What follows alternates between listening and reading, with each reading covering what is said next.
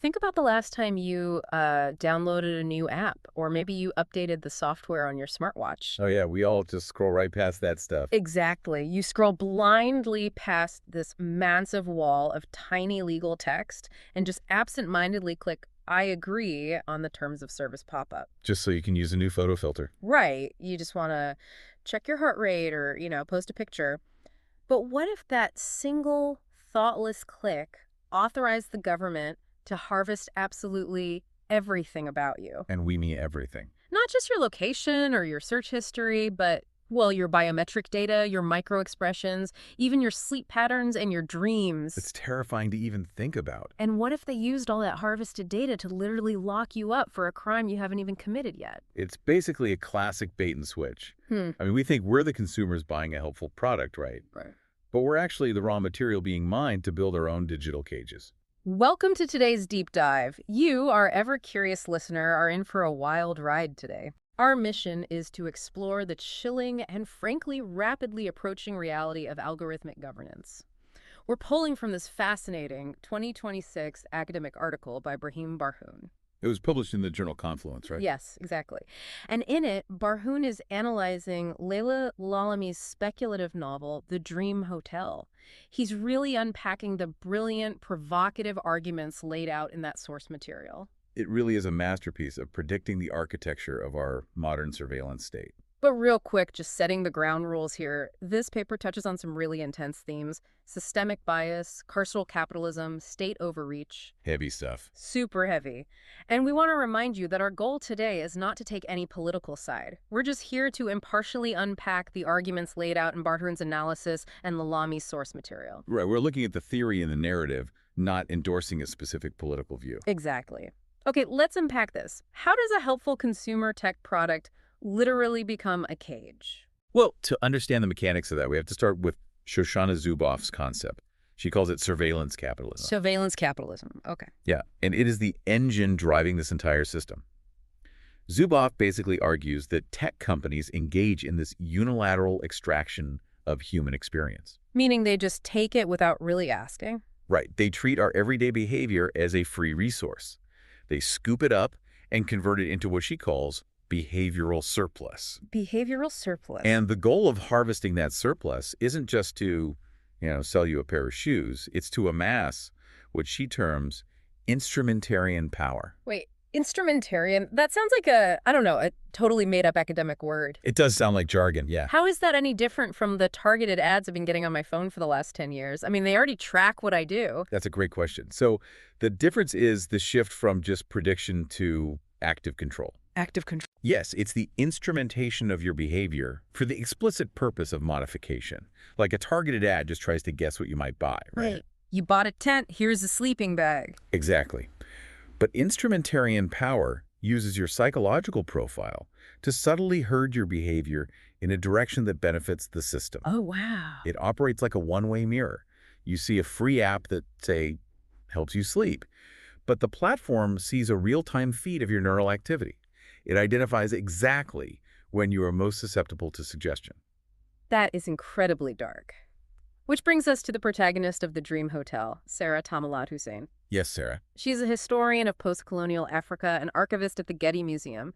Basically, she's a normal, everyday professional. A relatable character. But she suddenly finds herself detained at this place called the Madison Retention Center.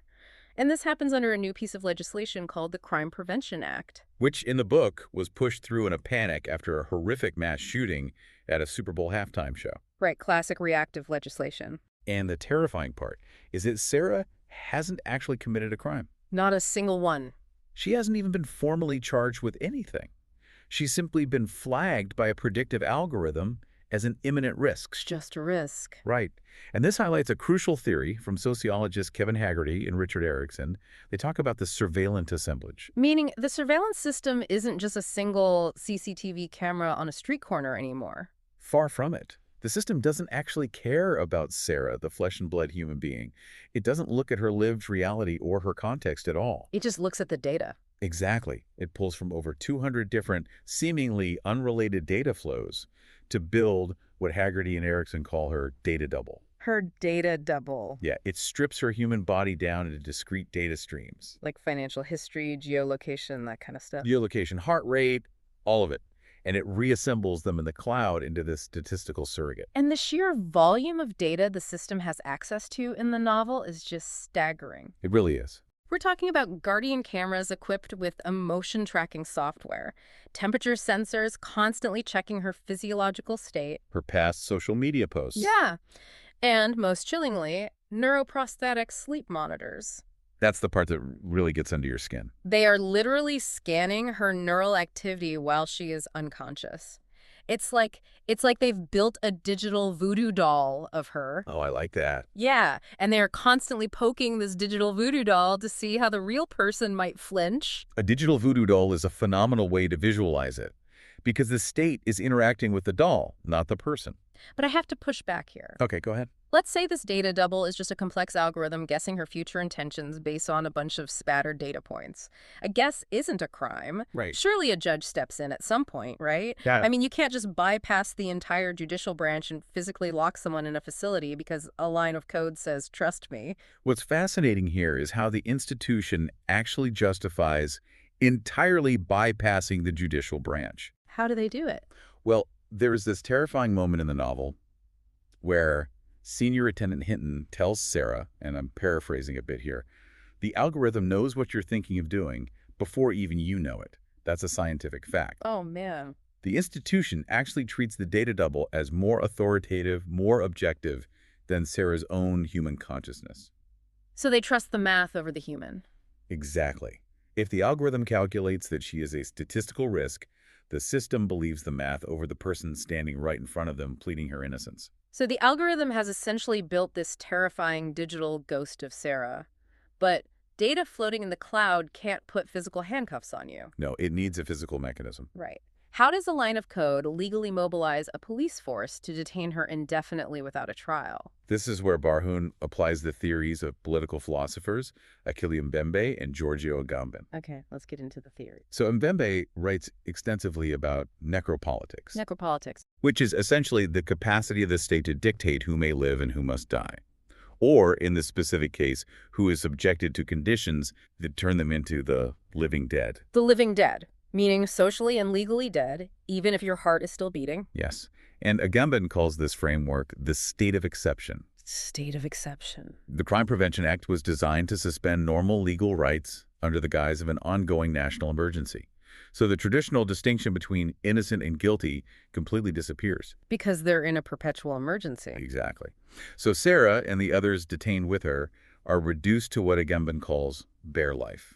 Bare life. Okay, I think I understand this. It's the idea that you are stripped of your political and legal status as a citizen, and you're reduced to just a biological organism that the state manages. That is the core mechanism. You are included in the legal system only by being entirely excluded from its protections. And you see this bare life concept immediately in the language the institution uses in the book. It's incredibly dark. The vocabulary is so sterile. Yeah, the guards constantly correct Sarah's vocabulary. She isn't in a prison, she's in a retention center. She isn't an inmate, she's retainee, M7493002. Right, and she's not serving a sentence, she's simply being held for forensic observation. Forensic observation. Sounds so scientific. It's an entire dictionary of sterile euphemisms designed to just mask state violence. She even loses her library access as a minor punishment, which serves as this chilling wake-up call for her. Because it shows her true status. Exactly. Losing a library card seems small, but it makes her realize she has absolutely zero inherent rights. She only has privileges, and those privileges can be revoked on a whim by an administrator. The euphemisms are a deliberate structural tactic. By refusing to use the vocabulary of the criminal justice system. Words like prison or trial. Or sentence. By avoiding those words, the state completely bypasses the accountability of the criminal justice system. A trial requires evidence of a past act. Right. Forensic observation only requires a suspicion of a future act. So, what does this all mean? Not just for a fictional character like Sarah, but if you, the listener, think about the massive data trails we are all leaving behind every single time we pick up our phones. Well, it means the massive infrastructure we built for consumer convenience has seamlessly merged with the carceral state. They've joined forces. Yes. In the novel, the Madison Retention Center is run by a massive private contractor called SafeX. SafeX. And SafeX fundamentally profits from extending detentions. They are granted the legal authority to hold people indefinitely without any judicial oversight. Because it's forensic observation. Exactly. So your behavioral surplus isn't just feeding ad algorithms to sell you sweaters anymore. Right. It's feeding a profit-driven prison model that requires a constant, steady influx of risky individuals to sustain its quarterly revenue. Which brings up a massive logical gap for me. Well, if this private company needs bodies to make money, how does the system decide which bodies to grab off the street? If people are being scooped up based on a statistical guess, the system has to justify why certain people are targeted while others are left alone. That is a cornerstone of Barham's analysis. He brings in sociologist Ruha Benjamin's concept of the new Jim Code, along with Simone Brown's theory of racializing surveillance. The new Jim Code. Yeah. We are constantly sold this idea that algorithms are just math, right? Right. And math is objective. The computer doesn't have prejudice. But this isn't just a sci-fi concept. I mean, we already see this happening in the real world with things like current biased hiring algorithms or predictive policing software. The math might be neutral, but the data feeding it isn't. Exactly. Benjamin points out that these new technologies actually reflect, reproduce, and deepen existing historical, racial, and class inequities. Because they're built by humans in a flawed society. Yes. But because they are wrapped in code, they hide that bias behind a shiny veneer of high-tech objectivity. She calls it coded inequity. Coded inequity. It is infinitely harder to detect and much harder to fight in court than explicit human prejudice. It's like laundering historical bias through a math equation. That's a great way to put it. It's like, well, if you bake a cake using completely spoiled ingredients, putting that batter into a shiny, expensive, state-of-the-art oven doesn't suddenly make the cake safe to eat. No, it's still spoiled. Right. The algorithm is trained on centuries of data that is already steeped in systemic bias. That spoiled cake analogy perfectly illustrates the mechanics at play. And we see this play out tragically in Sara's file. Oh, yeah, the way her score is calculated. Her risk score isn't just calculated based on her own personal actions. It's dragged down heavily by what media scholar Oscar Gandy calls cumulative disadvantage. Cumulative disadvantage. Yes. The system uses familial DNA data to tie Sara to her cousin Zach, who has a prior criminal record. Even though she didn't do what Zach did. Doesn't matter. So the disproportionate historical criminalization of marginalized communities is literally genetically encoded into Sara's personal risk profile. The system even flags her name as a threat. Yes. There's this incredibly tense, awful moment when Officer Segura is processing her intake, and he draws out her name, syllable by syllable. Sara Hussein. Yeah, and he asks if he pronounced it right, playing dumb.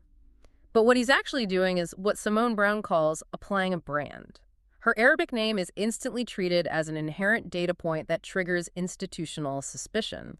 And this massive sorting mechanism has a very specific economic function for SafeX. The algorithm essentially categorizes humans for different types of extraction. Different types of extraction, okay. If your data double is marked clear, you get to stay in normal society. You remain a consumer, and your behavioral surplus is harvested for advertising revenue. So they still extract value from you. Exactly. But if your data double is marked questionable, you become a detainee.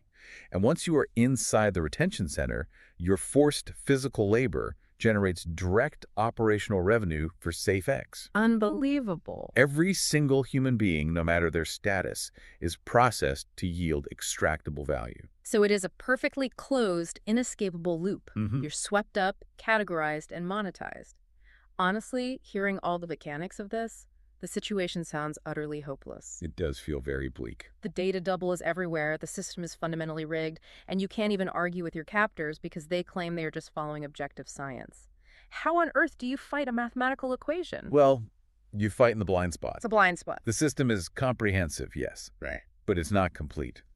To understand how Sara and the other women actually managed to fight back, Barhoun relies on philosopher Michel de Certeau's distinction between strategy and tactics. Okay, here's where it gets really interesting. In de Certeau's framework, strategy is the domain of the institution.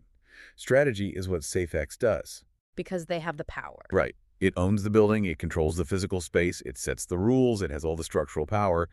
Tactics, on the other hand, belong to the powerless. So what are tactics exactly? Tactics don't create new spaces or rewrite the laws. Instead, tactics operate entirely within the institution's own space. It's the art of poaching on the institution's resources, using its own massive infrastructure against its own purposes to evade control. Oh, I see. Because Sarah is an archivist by trade, she possesses this incredible superpower in this environment, archival consciousness. Archival consciousness, exactly. She knows firsthand that any database, no matter how massive, no matter how many petabytes of data it holds, is just a selection. It's an index. Yes. It is never a true, complete portrait of reality. And because she understands the architecture of databases, she realizes she can slip between the cracks of the code. We see these everyday tactics emerge beautifully throughout the novel. Like, there's one detainee, Victoria Aguilar. Oh, her scene is amazing. It really is. She doesn't just smash the lenses of the Guardian surveillance cameras in a fit of rage. She purposefully cuts the backup emergency batteries, forcing the entire facility to operate with massive visual blind spots for 2 solid weeks while they wait for proprietary replacement parts. Because she knows how the procurement system works. Exactly. And the women use the laundry room to organize. Oh, the washing machine. Yes. They realize that the steady, low-frequency thrum of the institution's own commercial washing machines perfectly masks the audio frequencies of their conversations from the overhead microphones. That is so smart. And they even invent highly coded speech. Right, because they know the algorithm is constantly transcribing audio and listening for specific trigger words. Like strike or protest. Exactly. So they start calling a planned labor strike a crossword or cricket. The cricket. The algorithm can model a complex risk score based on historical arrest records, sure. But it has absolutely no idea how to interpret a group of women whispering intensely about crosswords over the sound of a spin cycle. It's a brilliant exploitation of the machine's literalism. And this resistance happens on a deeply personal, psychological level, too. Oh, for sure. Because the state is literally mining Sarah's dreams to extract behavioral surplus. But she pushes back by keeping a physical, handwritten dream journal. Barhoon links this act to Eric Stoddart's ethical framework of surveillance. Okay, what does Stoddart say? Well, his framework centers around the fundamental question, who am I? Who am I? Okay, so by writing down her own dreams on paper, she's reclaiming her inner life from the cloud. The algorithm says her dreams prove she's in imminent violent risk. Right. But her journal says her dreams are just her own mind processing the trauma of her reality.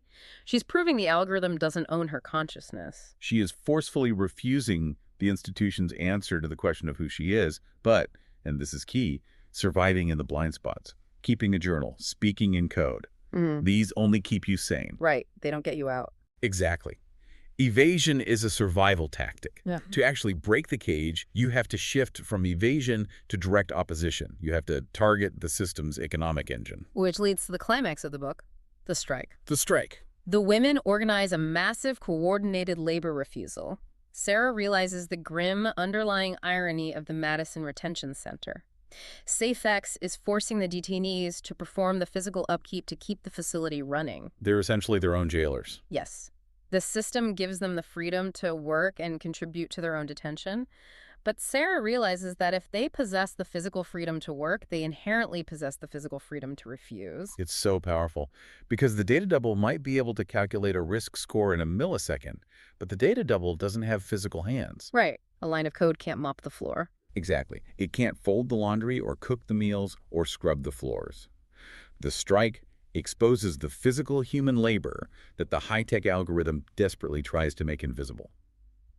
When the women simply stop working, SafeX's operational costs skyrocket overnight, and their revenue model completely plummets. It hits them right in the wallet, which is the only language the instrumentarian power understands.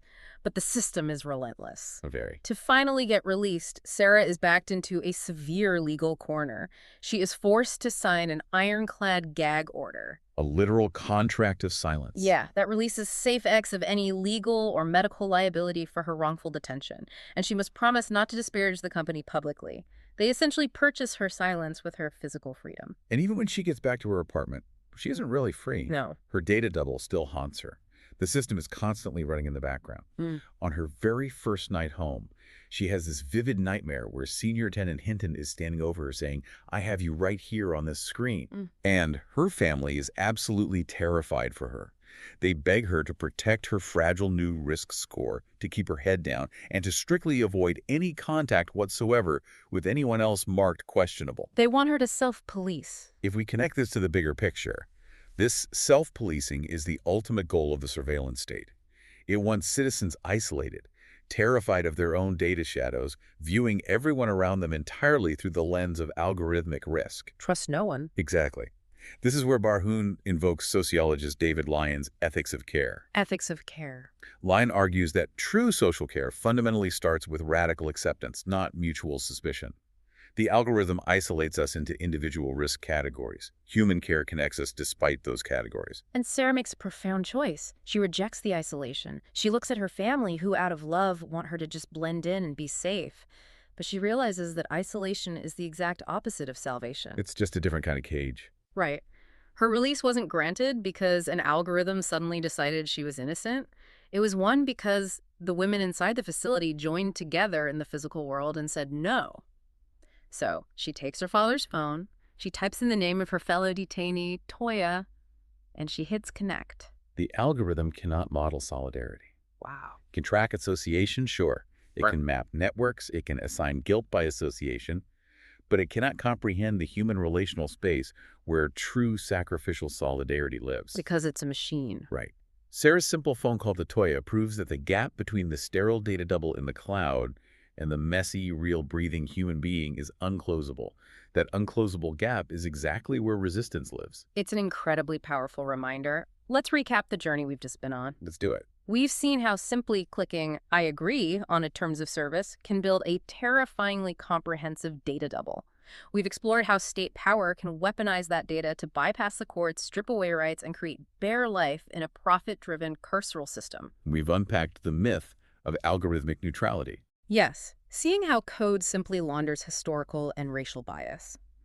But finally, we've seen how human solidarity, archival consciousness, and the simple, defiant act of reclaiming your own mind are the ultimate weapons against algorithmic control. The system is vast, it is incredibly well-funded, but it is not totalizing. The human remainder always exceeds the data points. I want to turn this back to you, listening right now. Think about your own data double floating out there in the server farms, constantly being fed real-time updates by your phone, your watch, your browser. How accurately does it actually reflect the reality of who you are? Probably not very. And more importantly, as predictive algorithms become cheaper and more ubiquitous, what happens when this technology trickles down from the state into our personal lives? Imagine a future where it isn't the government tracking your behavioral surplus, but an app your partner uses to predict your future loyalty, or a tool your family uses to calculate the statistical probability of your future mistakes. That's a whole other level of control. If algorithms can already predict our actions before we know them, will there come a day when we have to defend our own innocence to the people we love based purely on a statistical guess? Will we need a terms of service agreement just to protect the privacy of our own daydreams? A chilling implication to consider. Thank you for joining us on this deep dive. Stay curious.